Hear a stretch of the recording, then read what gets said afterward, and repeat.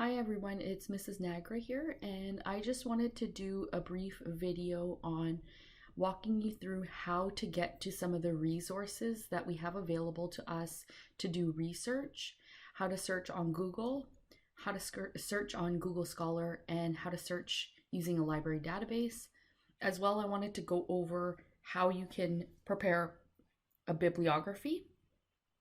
So we're going to walk through this pretty quickly. This is something we do in Digital Learning 10 with all of our students, and I thought it was important that more students, a wider audience, can see how to do this as well. So I wanted to start by doing a Google search, and most of you would start your research here.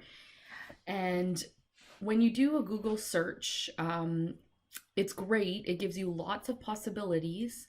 However, the information may not be reliable. And I'm going to talk more about what I mean by reliable after I do a search. So I'm just going to enter in some information here. And for the purposes of my Marketing 11 class, we are doing a COVID-19 public service announcement, and I'm asking students to do some research about COVID-19 and the particular topic they chose. So I'm going to do just a kind of search if I was doing this project, how I might approach it. So first things first, if you're searching in Google, you do probably want to use quotations in order to be specific with the term that you're putting within the quotes. So if you do not include quotes, it may include other results. So I want to find exactly COVID-19 as I've typed it there. So I'll just do a search with COVID-19, and you'll see some results that came up, and you'll see that Canada.ca is one of the main ones that has come up. As well, you'll see some of like the BCCDC, Alberta, National Post articles, Global News, etc. And those are all fine in terms of resources. They are news articles. However, they're not exactly what I want my students to be looking for. So it's a good place to start. Usually when you do some sort of search on Google, it does come up with a Wikipedia article first. So I'm going to search honeybees because that was a previous example we had. And usually what happens for you guys is that you get a Wikipedia article that comes up.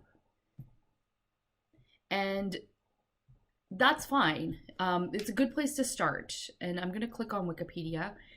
And excuse me, you'll get lots of information here. But the problem with Wikipedia is that anyone can edit Wikipedia. I know it's a little bit difficult to do that, to gain permissions to edit, but I could go in and edit this information. I'm not a scientist, but maybe I could go in and edit some of this information, and it wouldn't be correct because I'm not a specialist or an expert in that area. So I caution you when you use Wikipedia, the information here is good and helpful, and it's a place to start. What I would recommend more so is if you scroll down in your article that you're looking at, and there's tons of information on bees, you'll notice there's a references section, and in this references section, they have articles listed. So if I'm interested in a particular idea about honeybees, maybe I'm looking into something like if all the bees in the world die, humans will not survive. Maybe that's another article that I want to go take a look at. But what I do want to zoom in on is something like, let's take number 22 as an example. We've got Oldroy, Benjamin P. Wong Series Surratt, 2006, Asian Honeybees, Biology, Conservation, and Human Interactions. Cambridge, Massachusetts, and London, England, Harvard University Press. So this example is of an article that was printed in the Harvard University Press.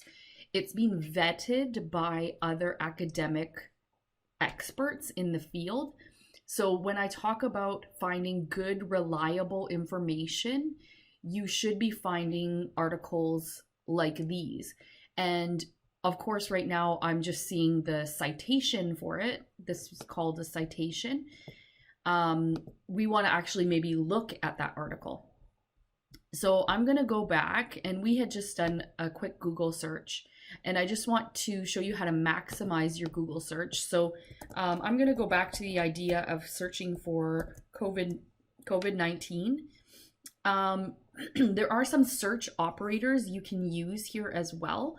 You can use the word and, or alternatively, you can use plus to mean and. I'm just going to type in and.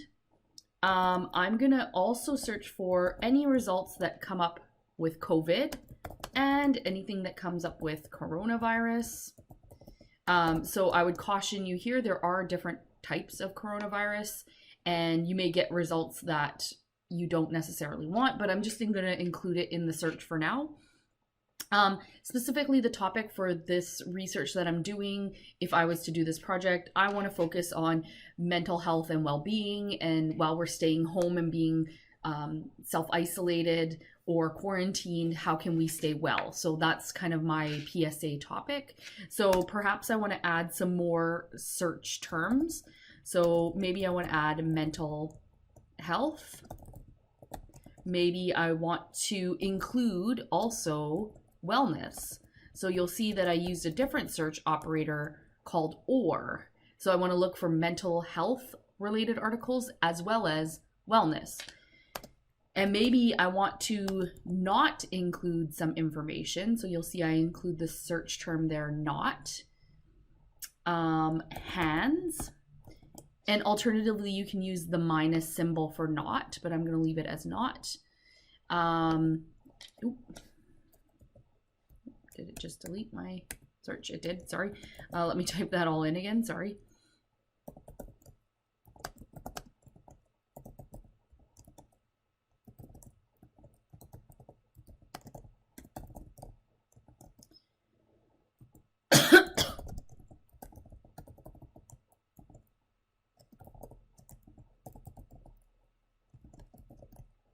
So I'm going to put not hand or not hand. So you do need to be specific if you're using quotes, and I do not want to find articles about washing hands. So that's why I included those as search terms. So I'm going to hit enter there. And what I want you to first notice is the number of results have actually reduced. So if I just went COVID-19, I'm just going to delete that. You'll see that there's 2.2 billion search results. I can't look through that many results. That's way too many things to be looking at. So I'm going to be more specific, and you'll see that that hones in a little bit more. So now I only have 830,000 results. However, this is still way too many results, and I can't sift through all of this information. It's way too much. So maybe I want to be adding more search operators here.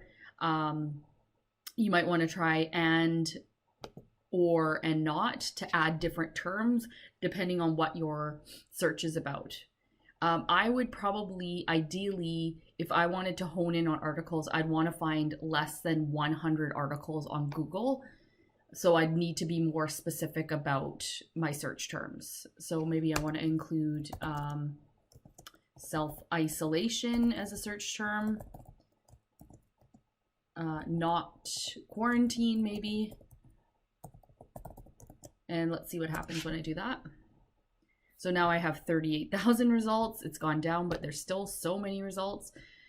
So maybe I want to exclude some other things. So maybe I want to exclude public health.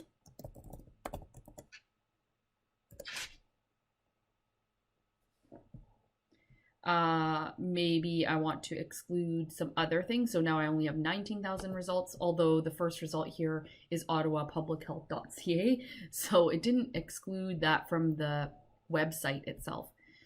I'm not going to go through honing in on Google anymore because you saw that there's so many results that you can get. And the point is that this is overwhelming. This number is very overwhelming. So what I would do is I would take my search, and if I'm looking for scholarly information, and even things published by the government is considered good information, so you can include those in your search.